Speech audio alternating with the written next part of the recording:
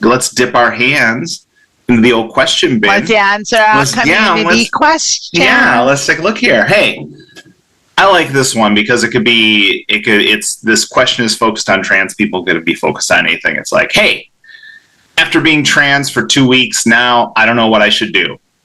I posted here earlier, but I'm thinking, what do I do now? I made social media accounts with my true name and like it. What's next? I was thinking I could do HRT, but maybe it's too fast. I like this because you could also be like, hey, I got my history degree 2 weeks ago. What now? There's something really fucking funny about that question. Yeah, well, okay. I know. Everything you've ever wanted. Yeah. That's the thing. I think people are like, when are you done with your transition? It's like, you're not. This is your life now. Just enjoy everything. I would say it's not too fast to start HRT, but that's your. I don't think it is. I can't tell you to. Really fast. I can't tell you to or not to. You have to figure out what your comfortability and what your pace is, and if you feel like you want to talk to a therapist and things like that. But yeah, whatever you want to do next is what you do next. Let's just kind of break down this question a little bit. Yeah. So, like, I've been trans for 2 weeks. Yeah.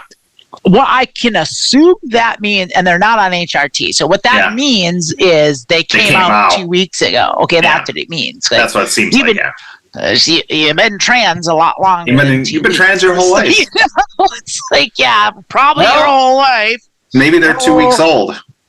Yeah, that's probably it. What do? I don't know. Learn to use the toilet. Yeah. Get to the train. No. I mean, you're not quite ready for solid food yet, but you know. Infant jokes. So good. It's adorable, and I don't want to be mean or condescending and make I don't think you're being mean. I think it's just adorable. No, because it's like that's a cute thing. It's like, oh, what do I do now? It's like, well, maybe start HRT. Well, yeah, clearly. I mean, that's very definitely a thing. I don't even really fully understand the question, because it's like, well, yeah, you're right. Whatever you want. Well, I think part of it, and we touch on this a lot, is that think about, who you are and who you want to be and what direction you're heading. And there's no one size fits all for being a trans person, just like there's no one size fits all for being any person. You have to figure out who you want to be and where you want to go and what you want to do. And, give yourself credit, for coming out. Being trans isn't always easy. And just the fact that, coming out is a milestone, coming out's an accomplishment, and having the courage in yourself to do that, that's great. And even if you haven't come out and you've just accepted to yourself, sometimes coming out to ourselves is the hardest thing to do, because we know how tough it's going to be. I think most people kind of struggle with that to some capacity. I think that whole denial is a powerful thing. It is extremely powerful. For some people, something's up, but you can't pinpoint it, or deep down, but you don't want to have to deal with all the shit so bad that you're like, well, certainly that's not me. And I mean, in a lot of ways, I was like that. I knew, but I didn't want to have to deal with it so much. I was convinced myself, well, I don't technically qualify. It's like, I'm close, I'm adjacent. Some of those things hit home, but not all of them. So I guess since I'm not all of them, so I guess not. But I knew. It's like, and I was fooling myself, and it was what I had to do to survive. It was what I had to do to get through the endless compounding drudgery of every day you don't transition. Yeah. And eventually it just got too much, and I came out, and I was like, okay, fine. I can't put this off any longer. Yeah, I cannot not do this. And so just the way that is phrased sounds like they're struggling with it a lot less than maybe you or I did. Well, you're talking about this. It reminds me, I always talk about I came out in 2015 because that's when I came out to the world, but I actually did come out to my ex in 2011, and it went so bad, that it pushed me back. I didn't start HRT till 2018. Well, I mean, if you want to go that far, I came out to my parents at age 5 in 1982. Well, and I had a crying fit about my name so badly that I went into the closet for 35 years. Fair enough. Yeah. But I just feel like that went so bad. It's like, oh man, if I'd had an 11-year jump start or a 7-year jump start on starting, that's fine. It's not, I often talk about not having that regret and just realizing you are where you are, and from now on out. from here on out, you're going to make those decisions that are what's best for you, and you can't cry about or worry about what the past was, because that was awful. And then when I finally got divorced, I came out like less than a month after I moved out. I told everyone, and so that was like fall of 2015. And like talk about I started seeing a therapist 2016. I just thought I was too old. And so I didn't even consider HRT. I didn't start till 2018. So, everyone's in a different place. Is HRT for you? It was great for me. You just have to figure out if it's right for you. I love it. Oh, it's so beautiful. I just took a big old shot of estrogen today. It feels great. Oh, God, it feels so good. But I'm going to say that it is for this question asker because of the way they phrase it. It's like, what do I do now? Start HRT? Like, right. The concern is it's too fast. It's not too fast. Can I start HRT? Yes, you can. The answer is yes, you can. If you feel it's right for you, then yes, it's not too fast. Do it. Pull that trigger. If you're ready, pull the trigger. If you had a medical condition that required something from the doctor, be like, is it too quick to be getting my heart surgery today? It's like, I don't know, you need it. And that's all just for it's a condition. If you want to start getting treatment for your condition, it's never too late. It's true. Yeah. It's never too late. And it's, I broke my bone. I broke my bone 2 weeks ago. Is it too soon to get put in a cast? It's a little different. It is a little different. I understand what you're doing here, but like, let's not I'm too using ridiculous. sarcasm. Let's like where you're, it's like, I don't want to give them the haters any fucking ammunition more than they already have. If you're ready to start HRT, then by all means, because the reality of it is the sooner you do, the sooner you're going to get through the hardest part, and the sooner you're going to be happier. Like Lilith said, it's different for everybody, and everyone approaches it differently, and there's no one way to be trans. There's no rules. However, the one thing that I can say that is almost universalized, I have never met a transgender person that wished they started HRT later than they did. Oh, man, I wish I would have waited a decade. But I met plenty that maybe 100% of everyone's wishes they'd started sooner. We see it all the time in the questions that we've asked on this show, which is I wish I'd started sooner, and they're 19. Well, that's legitimate because you know what? Yeah. Guess what? It would have been better. Probably if you'd started at 16, or 14 even, if you're that lucky. If you're ready for HRT, yes, absolutely. And get that ball rolling. Also, you can also just stop if it's not for you. If you feel like the other part, you take it for a while and you're just like, oh man, I don't know. Just stop. All the right-wingers and all the fear-mongers try to be like, oh, it's a permanent decision. But it's not. It's not at all. It's not a permanent decision. In fact, it's so not permanent. In order to do it, you have to take it twice a day for the rest of your life.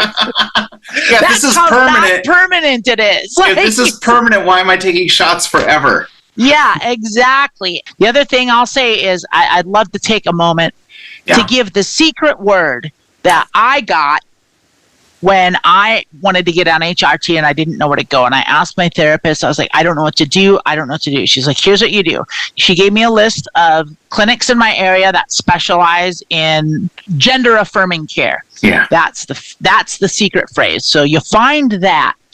And then when you call them up, you're going to talk to the receptionist and you're going to say this key magic phrase, which is, I am looking for a gender-affirming primary care physician. I did that. I just said those exact words, and the receptionist was like, oh, and then just patched me right through to the best doctor I'd ever gotten.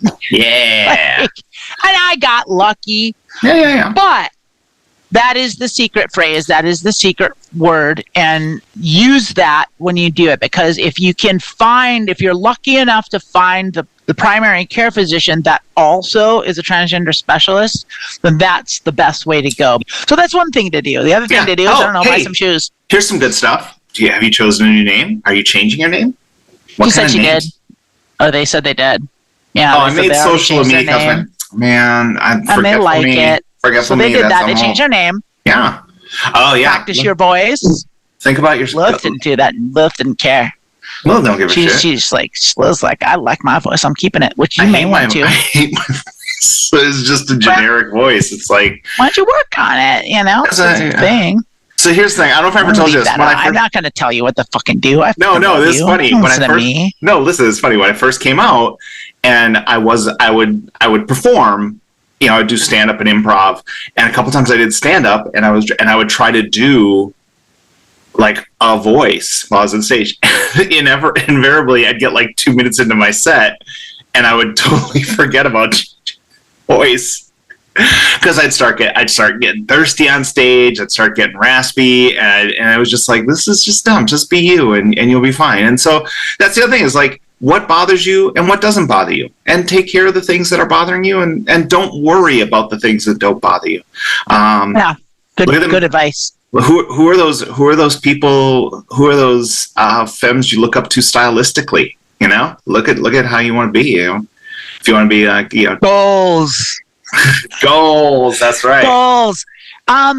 Also, bear in mind that well, it is good to have those transition goals. Don't get too wrapped up in them because everyone's different. I was thinking more like fashion stuff. Like who has like fashion? Even that, I think it's a good thing to have transition goals, and it is stuff to work towards. And because it isn't a passive thing. Like you don't just take pills and let it happen. You have to work at it. You have to work with it. And do you think I just showed up one day looking like an angry old lady? I work at this. You have started down a lifelong process that is unique to 2% of the world's population. Only we get to go through this, and it is amazing. I say play with style, play with fashion, depending on how old you are. So one thing, I had a cis friend who pointed out, like, trans people tend to, like, when they first come out, they try to, they kind of push the boundaries with clothing, and they maybe dress a little crazy, and it's just like, we're all going through puberty, we're all going through our we're all dressing like 13-year-olds because that's where that's exactly what I did. We're rebelling. I was like, oh man, I had all this weird goth shit that I was like, I'm so, look at me, do I look goth? Nah, I was just mixing and matching crazy shit all the time. And then I just kind of settled in. I'm just kind of like I'm just like you. That is what happens. Weirdo. Like you settle into conservative dressing weirdo, not conservative. After a while, it's like it was just like it was before, which I just want to be comfortable. Yeah. Last night I went to the wedding yesterday in my floral print dress with my black Doc Martens, and there you go. Yeah.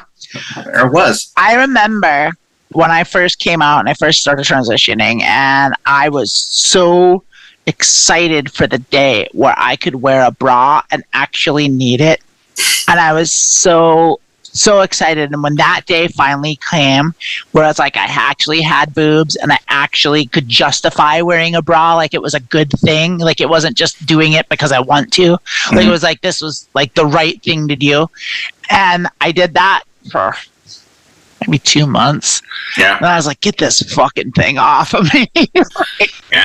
I've never bras. I've never worn them. So I do here and there because there's certain outfits like require them, but like, it's about like in certain situations, but like I don't like them, and like they are hard to find, and they're hard to fit, and like it's just they're expensive, and they're never comfortable. And every woman I've ever known has complained about having to wear them. So they're a completely unnecessary piece of clothing that you are not obligated to wear.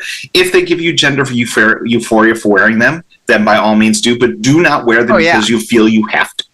And I had someone, when I started HRT, when I was working, one of the ladies I worked with was like, you might want to start, it's really starting to get big, you might want to start using the bra. I'm like, you do nothing but complain about how the first thing you want to do when you get home is take off a bra, so why would I wear it? Why would I wear a pair of shoes? Why would I wear something all day? Like, would I buy a pair of shoes that were so uncomfortable that all I could think about the last half of the day was getting home so I could take them off? No, I would never do that. So why would I do that with a bra?